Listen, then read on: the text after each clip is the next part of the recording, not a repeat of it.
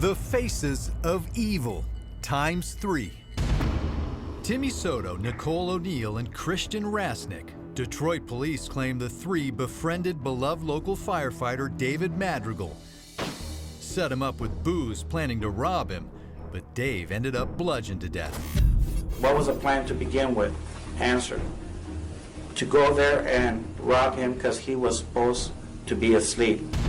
Now a judge is naming one of them as Dave's killer. Days after he was found murdered, firefighters line up along the streets of Detroit to pay respects to one of their own. It's also especially difficult to think that a man who dedicated his life to rescuing strangers would be murdered in his own home. Now those same firefighters are packed in a courtroom for a preliminary examination to hear the grisly details of their fallen friend's final minutes. No judgments. He was laid back in his recliner with his feet up and blood coming out of his nose, forehead, and ears. On the stand, Madrigal's grief-stricken son, David, describes how he found his dad's lifeless body.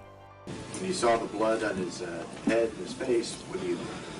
I felt him with my hand on the leg to see if he was warm. He was ice cold. Cops say Soto, O'Neill, and Rasnick went over to have drinks with Madrigal. The accused killer, Timmy Soto, used this excuse for murdering his friend.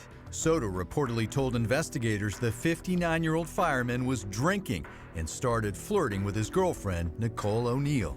A sergeant reads part of Soto's chilling confession. He was buzzed.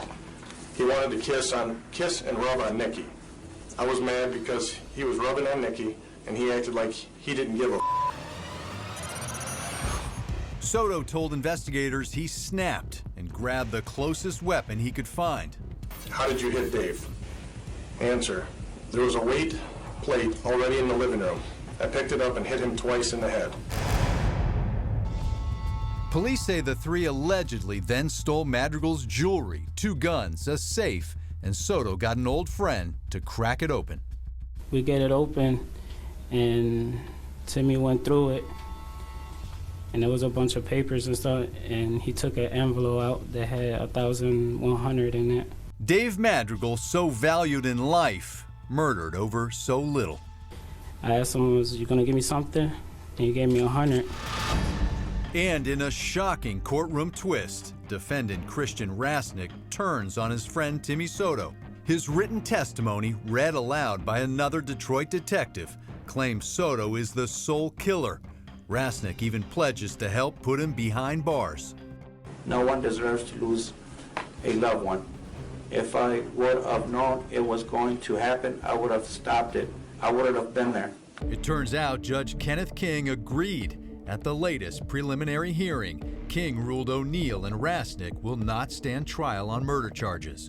We have every right to be mad, maybe even go so far as to call them scum. But I can't let my emotions guide what has been presented here by way of evidence that the people have presented. In an almost unheard of move, King leaves the bench to express his condolences and to offer an explanation to Madrigal's confused family. Even though they had guilty knowledge of what was to take place and they were present, what we're looking at is the state of mind of the defendants when the actions took place. Nicole O'Neill will now face a single charge of third-degree arson. Rasnick faces an armed robbery charge. And Timmy Soto will stand trial for felony murder, armed robbery, larceny in a building, and third-degree arson. Soto offers this apology to Madrigal's sobbing daughter and distraught son. To the family, I'm sorry for what I did. The 26-year veteran firefighter was just months away from retiring.